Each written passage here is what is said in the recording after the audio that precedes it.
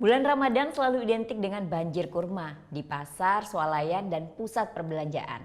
Kurma sudah tersedia dalam packaging yang rapi dan siap santap. Tapi bagaimana ya perjalanan kurma dari panen sampai siap disantap?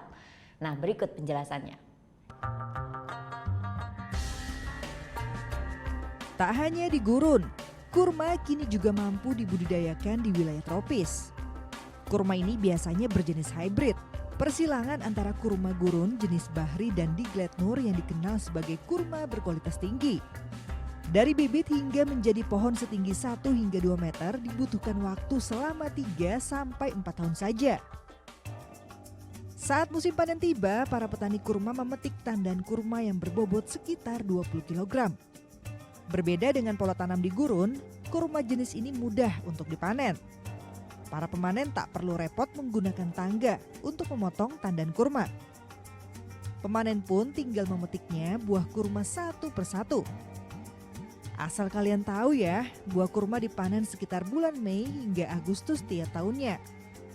Panen kurma sendiri didasarkan 3 fase, yakni halal atau kurma yang masih segar, lalu rutab atau kurma yang matang penuh, dan tamar atau kurma kering. Jadi proses permanenan kurma disesuaikan dengan kebutuhan dan tujuannya. Setelah buah kurma dipetik satu persatu dan dibedakan sesuai fase, kurma yang telah dipanen akan dibersihkan dari debu sebelum pada akhirnya dikirim ke perusahaan pengemasan. Di pabrik pengemasan, kurma kembali dibersihkan. Selanjutnya, kurma kembali disortir berdasarkan ukuran. Tentunya semakin besar ukurannya, kurma tersebut akan memiliki harga jual yang lebih tinggi. Oke, kurma pun siap dikemas dan siap dikonsumsi. Di Jazirah Arab, sebagian besar perkebunan memanen kurma saat fase rutab dan tamar.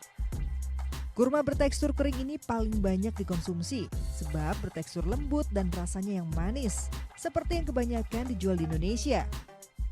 So, buat kalian paling suka kurma yang mana? Tergantung selera.